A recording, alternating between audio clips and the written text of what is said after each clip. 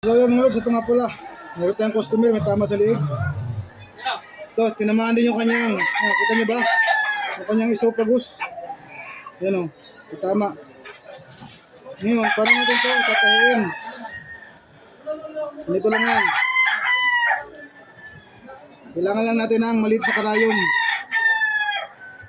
para matahiin natin itong kanyang air passage o esophagus. Kung sa tao, esophagus. Manok, kaya air passage. Yung mga kung nakita nyo, tinahi ko na siya. Yan. Ito yung air passage, yung dinadaanan ng hangin o yung hingahan ng manok. Madalas natidismayo yung manok o nahihimatay dahil dito. Ang pagtahi nito mga dapat dahan-dahan lang. Kasi medyo masilang itong tahiin. Medyo malambot. Ayun o. Napunit na yung kabila. So sobrang lambot niya. So dapat dahan-dahan lang yung pagtahi nito. Hindi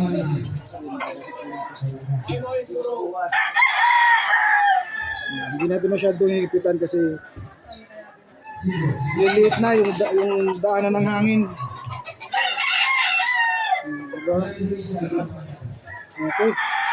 Dalawang tahi lang kasi bumara yung yung sinulid. Okay. Tanggalin natin yan. Balik natin sa dati. Okay. Tahiin na natin. Ngayon, susunod natin tahiin mga lods yung kanyang balat.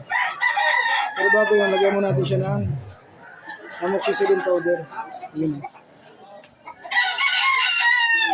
Saka natin tahiin yung kanyang balat. Medyo na-dismayo na to kanina eh.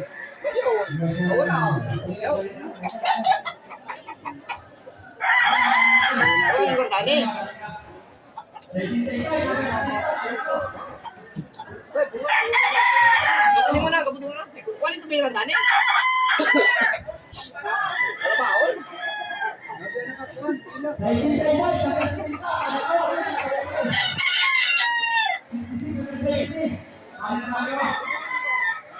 Wala na tong malay kanina mga lods. Kasi nasambit na siya ng dugo o nabarahan na yung kanyang hangusan o yung hangahan. Ito. Sana mag-recover pa. Antahin natin sa liig niya. Marami din tama. Tingnan natin kung boy na. Okay. Yan. Medyo nakahinga-hinga na siya ng maluwag. Tapos na natin tahin yung sa kasingit niya. Dito naman tayo sa kanyang buntot. Buntot. Tama ka. Mulos, tahin na natin yung balat.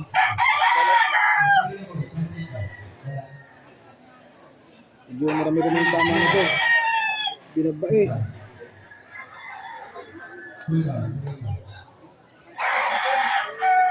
Kaya pala na-dismayo siya. Kaya may tama sa liyo. May tama ko ano yan. Ang hangusan. Oh.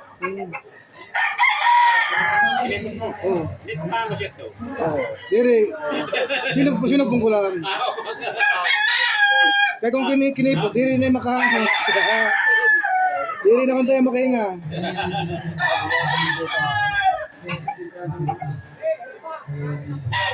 Mulot si tama niya sa may puil. Ang pagtahinga pala nito, kasama na pati yung balat at yung laman. Nagsasabay na yung balat at yung laman. Kasi yung balat nito at yung laman, hindi pareho sa picture. Kasi magkahiwalay. May layer. Ito wala itong layer, yung balat nito at yung laman. Magkadigit talaga siya.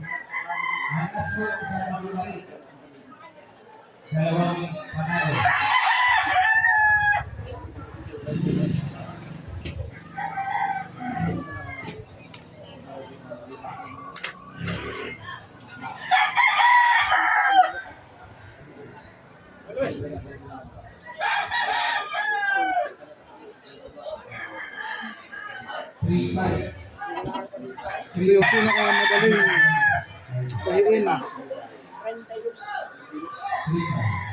Baka bago pinabaka, no?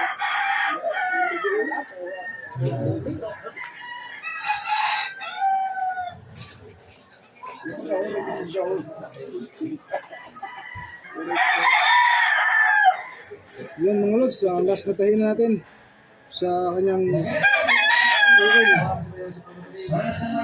Okay. Lagyan na lang natin siya ng quick heal.